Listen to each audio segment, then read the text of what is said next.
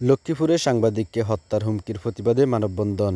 জাতীয় TV channel independent টেলিভিশনের লক্ষ্মীপুর জেলার স্টাফ রিপোর্টার, দৈনিক মেঘনার তীর পত্রিকার প্রকাশ সম্পাদক, বাংলাদেশ সংবাদ সংস্থা বাসস ও দৈনিক আজকের পত্রিকার জেলা প্রতিনিধি, লক্ষ্মীপুর সাংবাদিক ইউনিয়নের সাধারণ সম্পাদক, বাংলাদেশ প্রাইভেট হসপিটাল ক্লিনিক ও ডায়াগনস্টিক অ্যাসোসিয়েশনের লক্ষ্মীপুর জেলা শাখার সাধারণ সম্পাদক জনাব আব্বাস হোসেনকে গুলি করে হত্যার হুমকির প্রতিবাদ ও গ্রেফতারের দাবিতে বিক্ষোভ ও মানববন্ধন করেছে লক্ষ্মীপুর সাংবাদিক union, Bangladesh private hospital clinic ও ডায়াগনস্টিক অ্যাসোসিয়েশন লক্ষ্মীপুর জেলা শাখা সহ বিভিন্ন প্রতিষ্ঠান, সংগঠন ও সংস্থা।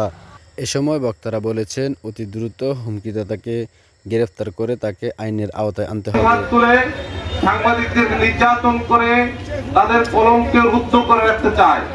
আমরা আজকের এই সমাবেশ থেকে প্রশাসনের নিকটে দাবি করছি, অনতিবিলম্বে যারা সাংবাদিকদেরকে, বিশেষ করে ইন্ডিপেন্ডেন্ট টিভির সাংবাদিক আব্বাস হোসেনকে হত্যার হুমকি দিচ্ছে, তাদেরকে অবশ্যই আইনের আওতায় আনতে হবে। না হলে আমরা সাংবাদিক সমাজ আরো বিক্ষুব্ধ হব এবং বিভিন্ন কর্মসূচি প্রণয়ন করতে বাধ্য হব। আজকের এই সমাবেশে প্রেস ক্লাবের সাবেক সভাপতিবৃন্দ, সেক্রেটারি মহোদয়, অন্যান্য